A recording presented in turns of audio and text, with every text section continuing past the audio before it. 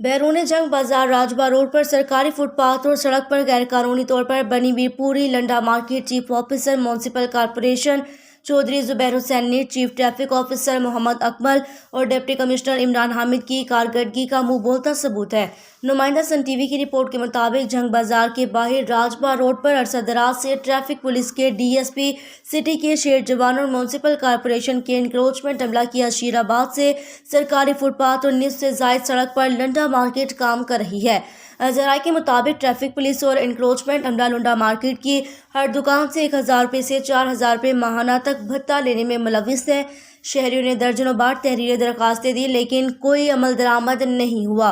शहरियों ने deputy commissioner Faisalabad से मुतालबा किया है कि गैरकानूनी तौर पर कायम लंडा मार्केट से सरकारी फुटपाथ और सड़क वागजार करवाई जाए। तजावुजात माफी की सरपरस्ती करने वाले ट्रैफिक पुलिस और म्यूनसिपल कॉरपोरेशन के एहलकारों के खिलाफ महकमा कार्रवाई की जाए।